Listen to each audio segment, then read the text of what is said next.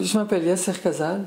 J'ai eu le plaisir d'être invité à Lyon aujourd'hui par Nicolas Franck pour parler de la Convention des Nations Unies pour le droit des personnes avec handicap.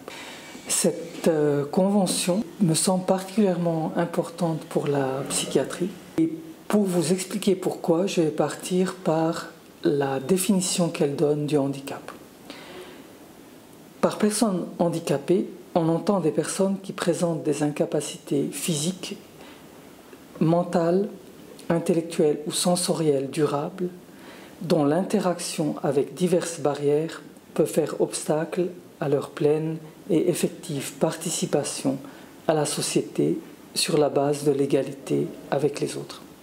Vous voyez que dans la définition même de handicap, la Convention insiste sur le fait que ce handicap découle d'une interaction avec des barrières, que cette interaction avec les barrières entrave une inclusion sociale pleine et entière sur la base de l'égalité avec les autres.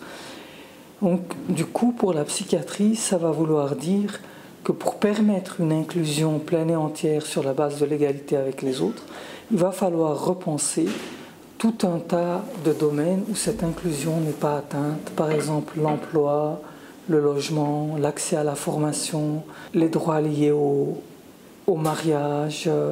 Du coup, ça va impliquer le fait de réviser l'organisation des services. Non seulement en tenant compte des symptômes, mais de l'interaction avec ces barrières sociales, pour par exemple permettre à une personne qui a des difficultés mentales de pouvoir intégrer un appartement et de pouvoir le garder malgré ses difficultés.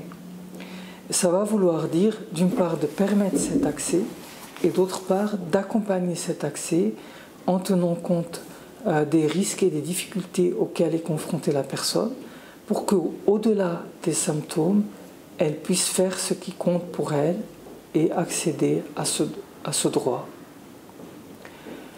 Ça implique la réflexion sur, par exemple, l'introduction de manière plus massive de services comme le Housing First, qui implique de soutenir les personnes dans leur milieu plutôt que de leur imposer des logements qu'ils n'auraient pas choisis dans des contextes qu'ils n'ont pas choisis. C'est une des illustrations pratiques de l'impact de cette convention sur l'organisation et les pratiques de la psychiatrie. Elle implique par ailleurs de monitorer les services dans le sens de l'application de la Convention et elle invite à inclure dans ce monitorage les usagers des services, les associations d'usagers pour voir où on en est et comment avance l'application de cette Convention. Et en soi, c'est un point important pour vérifier qu'on puisse avancer dans le sens d'une meilleure inclusion sociale, dans le sens de l'autonomie et dans le sens de la dignité des personnes concernées, qui sont les trois pivots de cette convention. Un des points pour mettre en œuvre cette convention, probablement qu'il faut sortir d'un développement en silo des services de soins et des services sociaux pour être dans une vision plus intégrée de l'offre, en particulier pour les personnes qui se retrouvent, selon la définition de cette convention, en situation de handicap.